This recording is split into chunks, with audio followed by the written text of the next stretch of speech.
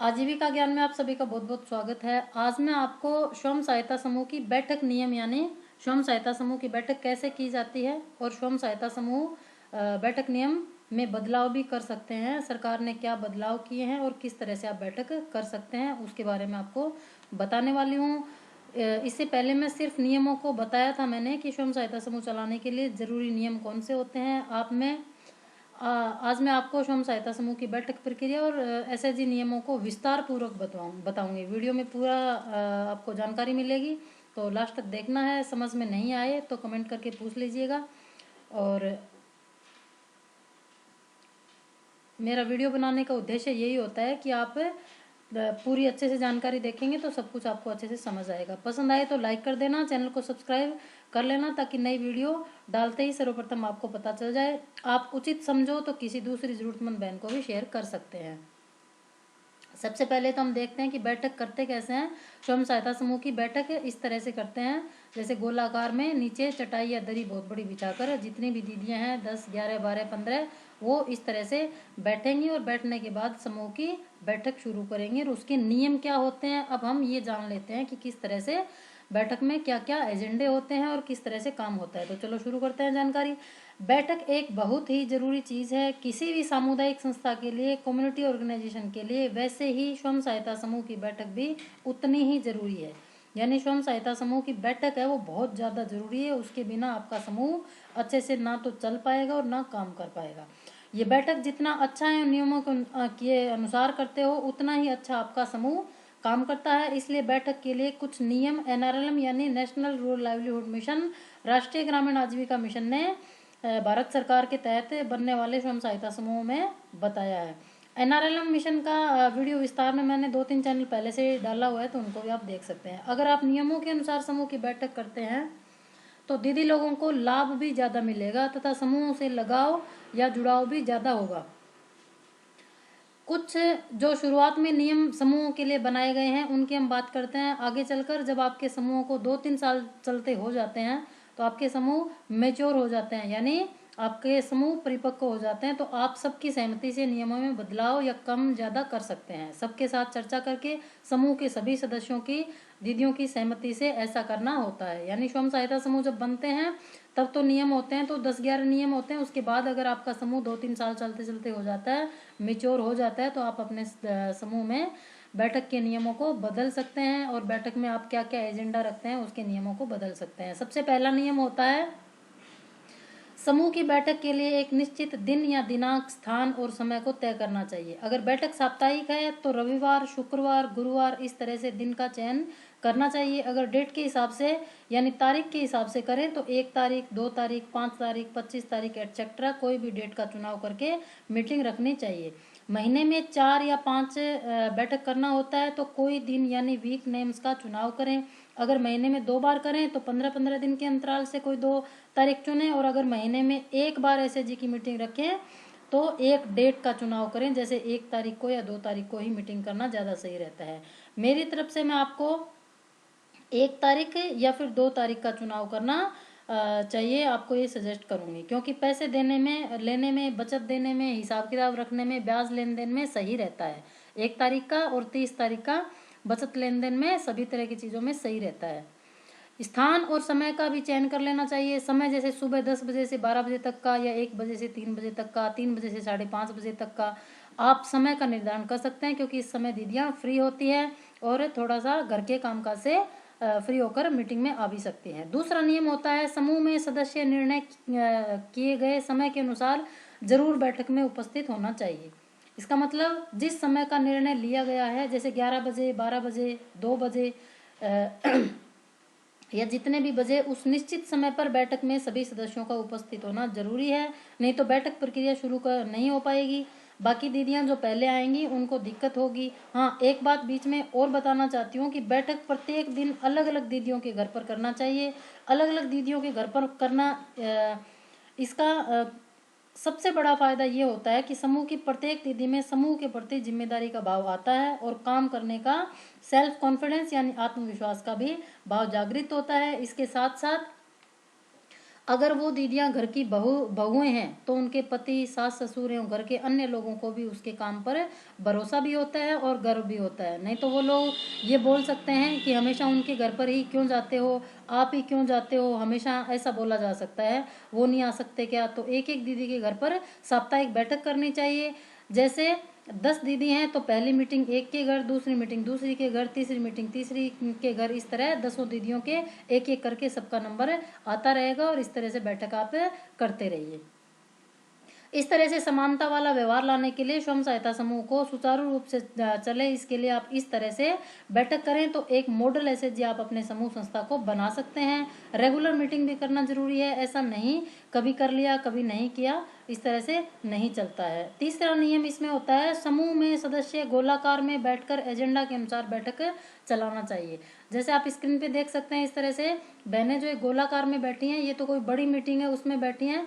इस तरह से 10 सदस्य, 11 सदस्य, 12 सदस्य, जितने भी सदस्य हैं तो इस तरह से गोलाकार में बैठे चटाई दरी पे, और बीच में आपका जो एसएचजी बॉक्स है जिसमें आप पैसे बचत रखती हैं, वो आपका बैठक प्रस्ताव, रजिस्टर, आपकी पास पुस्तक, आपकी डायरी, चेकबुक, सारी चीजें बीच में रखकर और समूह की मीटिंग ऐसे इस तरह से गोलाकार में करनी चाहिए।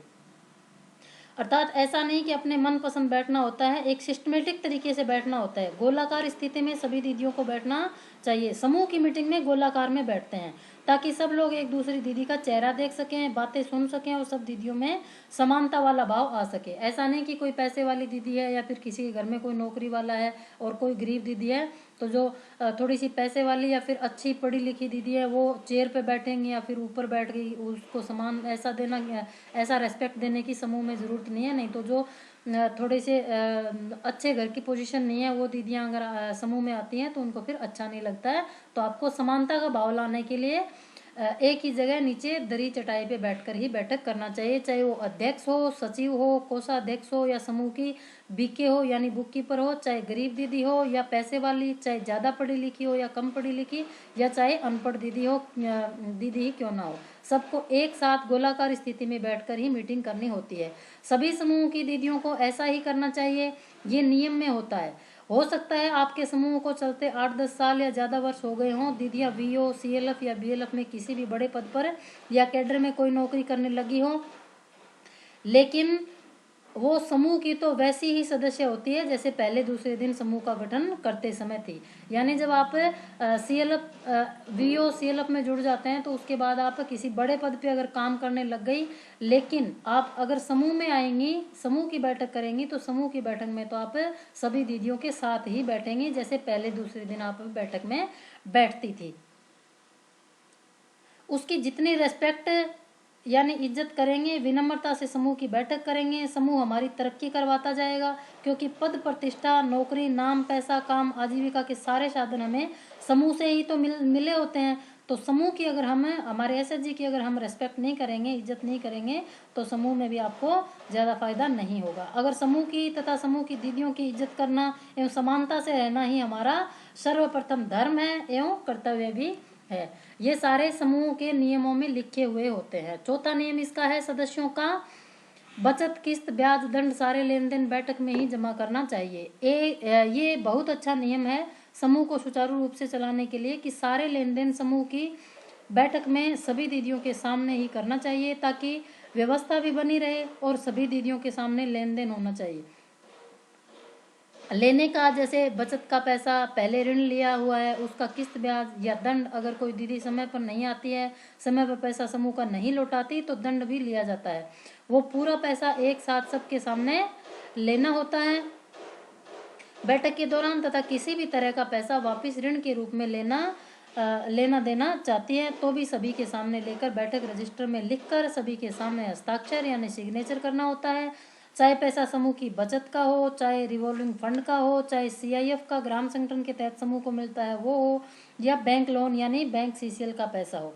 ये सभी वीडियो अलग अलग डले हुए हैं समूह में, किस तरह के पैसे आते हैं, आरएफ, सीआईएफ क्या होता है, बैंक लोन क्या होता है, किस तरह से समूह को पैसा मिलता है, तो उन फंडों के अलग अलग समूहों के फंडों के बारे में जानना हो तो इन वीडियो को देख लीजिए। लिंक मैं ऊपर आई बटन में भी दे दूंगी और नीचे डिस्क्रिप्शन में भी आपको दे दूंगी। तो इंटरनल लेंडिंग जिसको इंग्लिश में बोलते हैं समूह में लेन देन, तो वो सभी के सामने बैठक में ही होना चाहिए ताकि सब दीदी देख सके। इससे पारदर्शिता बनता है। समूह की सभी दीदियों को समूह के प्रति भरोसा भी ज्यादा रहता है। किसी भी दीदी को एक दूसरे पर डाउट पैदा नहीं होता क्योंकि सब कुछ उनकी आंखों के सामने हो रहा है। एजेंडा भी सभी दीदियों की सदस्यता से ही तय करना चाहिए, जैसे हम क्या करेंगे, कैसे करेंगे, कैसे क्या करेंगे, किस दीदी ने क्या काम किया, कितना कहाँ तक क्या पहुंची, इस तरह से। 5वां नियम होता है इसमें सदस्य का जरूरत की पहचान करके समूह में ऋण मंजूरी करना चाहिए। यानी ऋण की जरूरत देखनी होती है कि किस दीदी को कितनी जरूरत है, किसको ज्यादा जरूरत है, किसका व्यवहार लेन देन का सही है, उस आधार पर दिया जाना चाहिए। समूह के किस्त ब्याज बैंक बीओ आदि देने के बाद कितना पैसा समूह की बैठक में बचता है, उस आधार पर नया ऋण देना चाहिए। और समूह की दीदियों का लेन देन व्यवहार भी देखा जाता है कि कौन दीदी टाइम पर देती है उसको पहले देना चाहिए, और जो टाइम पर नहीं देती है उनको पैसा कम भी देना चाहिए, और आगे के लिए उसको अलर्ट भी कर देना चाहिए कि अगर आप टाइम पे किस्त ब्याज समय पर नहीं देंगी तो आपको ऋण लेने में दिक्कत हो सकती है। और उसको किसके लिए ज़रूरत है, जैसे कभी बच्चे की फीस भरनी होती है, कभी दवाई वगैरह के लिए भी ज़रूरत हो सकती है, कभी आजीविका बढ़ाने के लिए कोई नया काम, या आजीविका का कोई एग्जिस्टिंग कार्य को बढ़ाने के लिए भी दीदी ऋण ले सकती है। कभी सोशल फंक्शनिंग यानी मैरिज वगैरह, बेटी की शादी, बेटे की शादी, बात, डिलीवरी आदि कई सारे ज़रूरतें हो सकती है। तो ज़रूरत के आधार पर आंकलन करके दीदी लोग एक दूसरे से डिस्कस करके ऋण दिया जाना चाहिए। ऐसा नहीं कि एक ने डिसीजन ले लिया और दूसरी दीदी को पूछा नहीं, तीसरी दीदी को। समूह में सभी दीदियों की ज़रूरत को देखते हुए सभी को साथ लेकर बताते हुए ऋण मंजूरी करना चाहिए। ऐसा नहीं कि मैं अध्यक्ष हूँ, मैं तय कर लिया, मैं कोषाध्यक्ष हूँ, मैं पैसा दे देती हूँ, किसी से क्या पूछना, मैं सचिव हूँ, मुझे किसी से क्या पूछने की ज़रूरत है, वो नहीं चलेगा। सभी सदस्यों से चर्चा करने के बाद ही ऋण देना चाहिए, क्योंकि स्वयं सहायता समूह आपका सभी दीदियों का है, ना कि अध्यक्ष, सचिव, कोषाध्यक्ष, बुक कीपर का है। समूह में जितने भी सदस्य हैं वो सभी बराबर हैं, तो एक दूसरे की सहमति से ही सारे काम करने होते हैं। अगला नियम होता है इसमें प्रशिक्षित पुस्तक संचालक यानी बुक कीपर से सारे पुस्तक बैठक में ही लिखवाना चाहिए। ऐसा नहीं होना चाहिए कि पुस्तक संचालक यानी बुक कीपर का पढ़ा लिखा होना ही जरूरी होता है, उसको गणित का ज्ञान अच्छे से होना चाहिए। समूह के रजिस्ट्रों को यानी पुस्तकों को व्यवस्थित तरीके से लिखना भी आना चाहिए। और सबसे जरूरी बात, बुक कीपर को सभी पुस्तक समूह की बैठक के दौरान ही लिखनी चाहिए और सभी के सामने सारा लेन देन लिखना चाहिए। ऐसा नहीं है कि वो पुस्तकों को अपने घर में ही तो रखती है, कभी भी इन पुस्तकों को जब समय मिलेगा लिख लेगी, लिखती रहेगी, ऐसा नहीं होना चाहिए। पुस्तकों को अध्यक्ष के हाथों से बैठक के दौरान ही लेना चाहिए और सबके सामने जो भी कार्यवाही चल रही है शुरुआत से लेकर बैठक के अंत तक एजेंडा बिंदु के अनुसार सबके सामने ही लिखना चाहिए। जिस दिन बैठक हो रही है उसी दिन ऐसा नहीं कि कार्य बच गया अगले दिन कर लेंगे, क्योंकि 2, 3, 4 घंटों की बैठक के दौरान बुक कीपर यानी पुस्तक लिखने वाली दीदी को और कुछ भी काम नहीं करना होता है। पूरा फोकस अच्छे से लिखा पढ़ी के काम को ही करना होता है। ये एक नियम है, महत्वपूर्ण नियम है, इसका पालन करना जरूरी है। बुक कीपर को पुस्तक लिखकर अध्यक्ष को सौंप देना चाहिए और जिस दिन बैठक हो उसी दिन वापस उसी समय पुस्तकों को फिर से लिखना चाहिए। अध्यक्ष दीदी की भी बड़ी जिम्मेदारी हो जाती है, पुस्तकों को बैठक में नियमानुसार लेकर आना चाहिए। बैठक चाहे किसी भी दीदी के घर क्यों ना हो, अध्यक्ष, सचिव, कोषाध्यक्ष या बुक कीपर बैठक के अलावा पुस्तकों में किसी भी तरह का करेक्शन या फेरबदल नहीं करना चाहिए।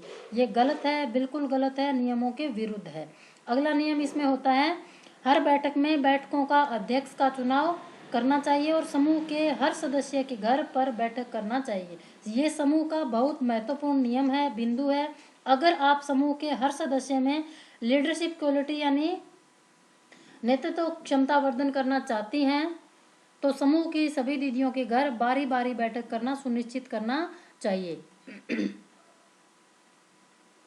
एक दीदी के घर पर हर बार बैठक करने से उनमें आत्मविश्वास बढ़ता है और अपने समूह के प्रति जिम्मेदारी का भाव भी बढ़ता है।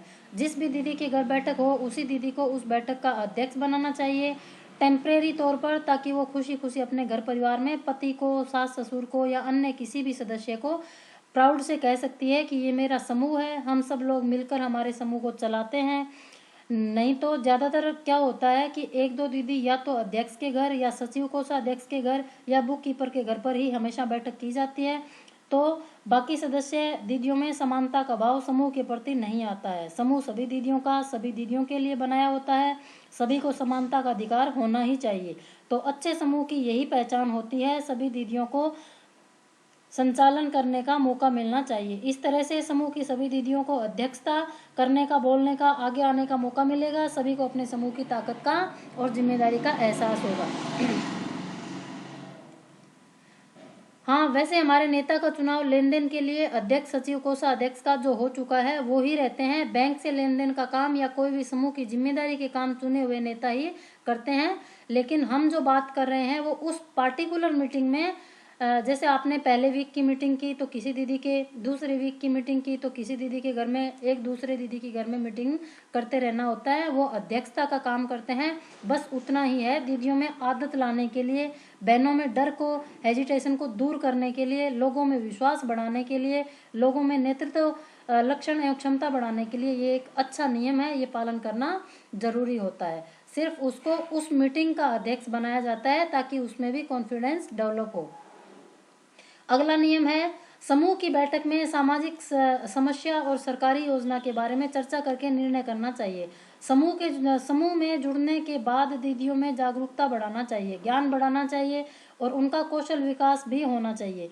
ये सब लिखने से काम नहीं होगा, करने से होगा। करना भी एक तरीके से करना होगा, लगातार करते रहना होगा। जब तक दीदियों का आर्थिक एवं मानसिक दोनों तरह से विकास नहीं हो जाता है, सभी को मिलकर काम करना होगा।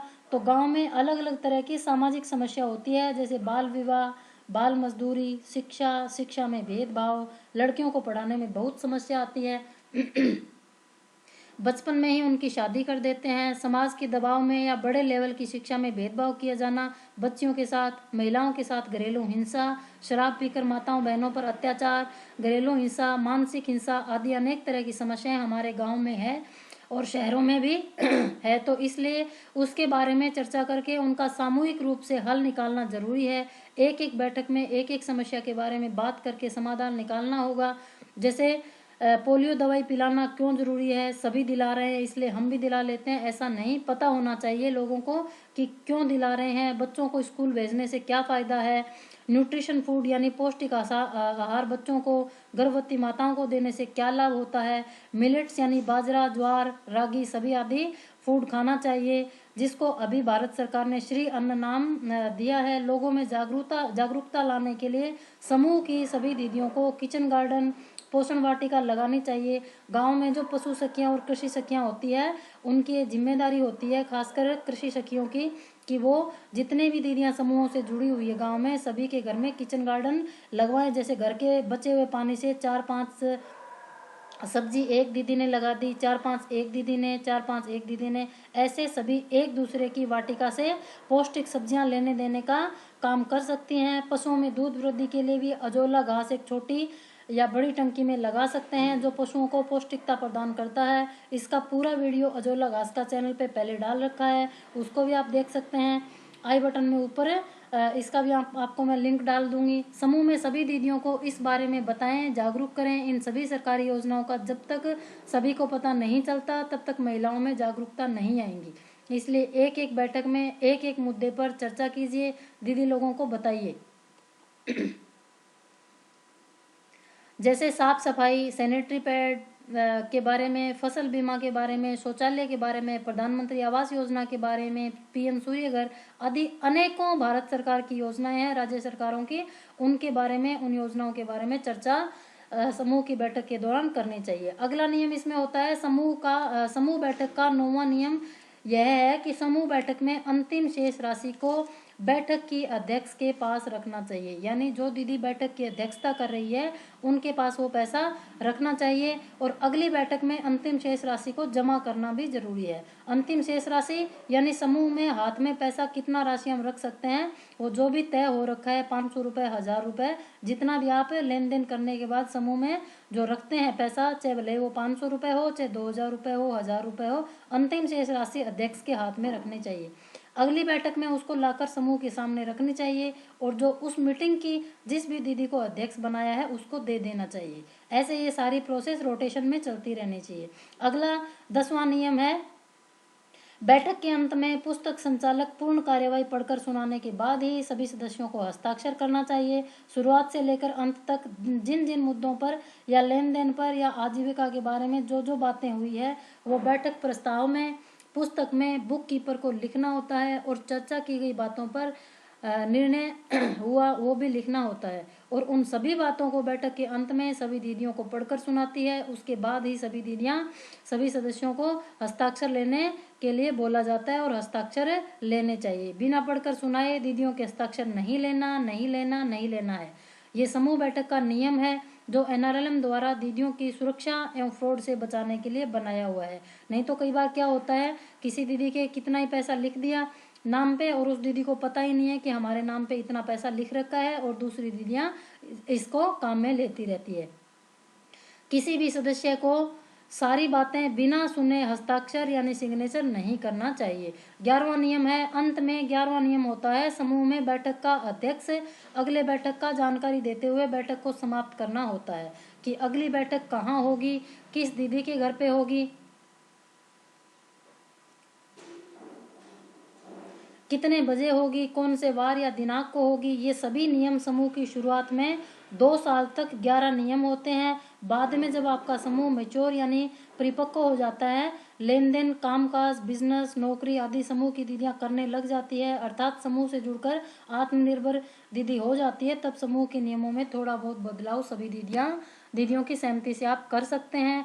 ये थे समूह के बैठक करने के का सही तरीका और समूह को A ग्रेड चलाने के लिए ये नियम जरूरी है। स्वयं सहायता समूह को अगर आप सुचारू रूप से A ग्रेड चलाना चाहते हैं, मॉडल आप SHG बनाना चाहते हैं, तो ये सारे नियम फॉलो करने होते हैं और इस तरह से आप बैठक करके अपने समूह को अच्छे से चला सकते हैं। वीडियो पसंद आया हो तो लाइक शेयर जरूर करें, चैनल को सब्सक्राइब करके बेल आइकन पर प्रेस करके रखें ताकि ऐसी किसी भी तरह की जानकारी को रेगुलर आपको मिलती रहे। सभी का बहुत बहुत धन्यवाद। भारत माता की जय।